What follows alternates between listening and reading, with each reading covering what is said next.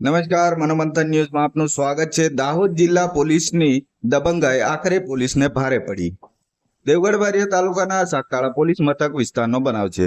સાગતાળા police મથકના PSI સહિત અન્ય 4 પોલીસ કર્મીઓ વિરુદ્ધ ગુનો નોંધાયો છે। સેવનિયા ગામના યુવકને નામઠામ પૂછી ગંભીર માર મારવાનો બનાવ।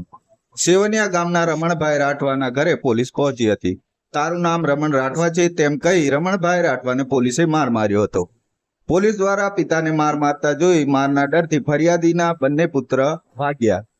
પોલીસના ડરથી ભાગેલા પુત્ર મુકેશને કરંટ લાગતા મોત નીપજ્યું છે। પિતાને ગંભીર ઈજાઓ થતા સારવાર હેઠળ ખસેડાયો।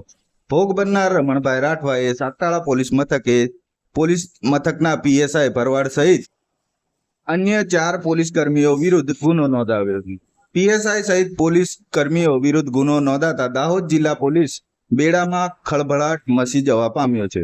મનોમંથન ન્યૂઝ અબ્દુલ રઝાક મંસૂરી, દેવગઢ બારિયા।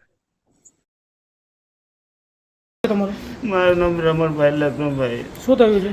પોલીસે મને માર્યો સાહેબ। કઈ જગ્યા પર માર્યું? શિવની ઘરે મને 5 દિવસથી તાવ આવે છે। પોલીસ કે તારું શું નામ છે? મેં કીધું રમણભાઈ એમ।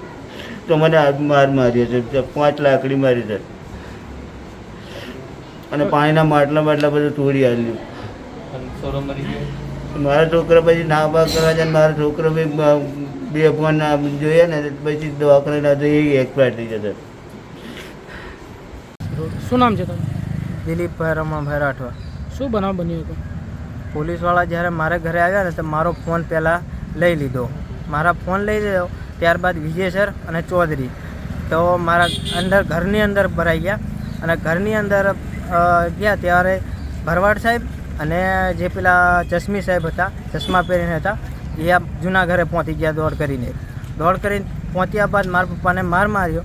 મને સંભળાયો, મેં એમની પાછળ જ ગયો, ચૌધરી સાહેબને વિજય સાહેબની પાછળ।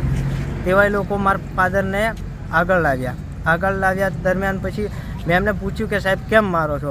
તો કે તારા ફાધરની કેટલી ગાડીઓ છે એ પૂછ્યું। મેં કીધું સાહેબ મને ખબર નહીં, પણ 2 ગાડીઓ છે એ મને ખ્યાલ છે।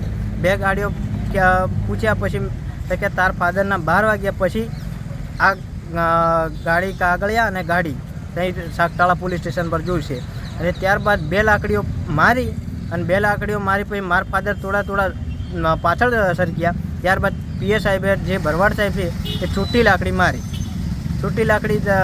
માર્યા બાદ પછી મને મારો ફોન આપી દીધો। તારા ભાઈનો શું?